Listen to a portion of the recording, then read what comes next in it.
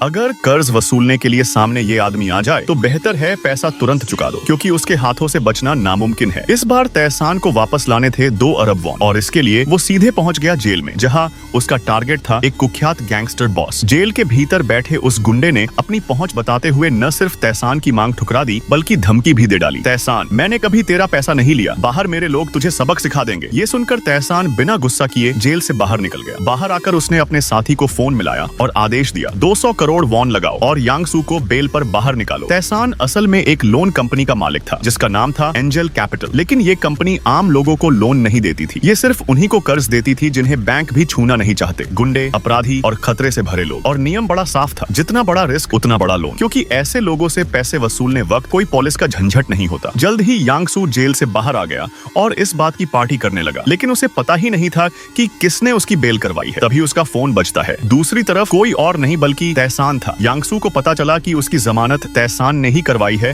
और अब वो अपना पैसा लेने यहाँ आ रहा है। यांगसू तुरंत अपने आदमियों को हथियार लेकर तैयार होने को हुक्म देता है। उसकी योजना थी तहसान को फंसाकर खत्म कर देना, लेकिन तहसान भला इतना आसान शिकार था क्या? वो बिना घबराए सीधा उन गुंडों के बीच चला गया। उसकी चाल देखकर लग रहा था मानो पूरा मैदान उसी का इलाका हो, बस एक घूंसा और एक गुंडा ढेर। पलक झपकते ही सब गुंडे जमीन पर गिरे पड़े थे, मानो नींद में डूब गए हो। आखिरकार जब तहसान यांगसू तक पहुंचा तो बिना कुछ कहे ही उसने अपनी तिजोरी खोल दी। तहसान ने न सिर्फ 10 अरब की रकम वापस ली बल्कि साथ में 12 अरब का ब्याज भी वसूल किया।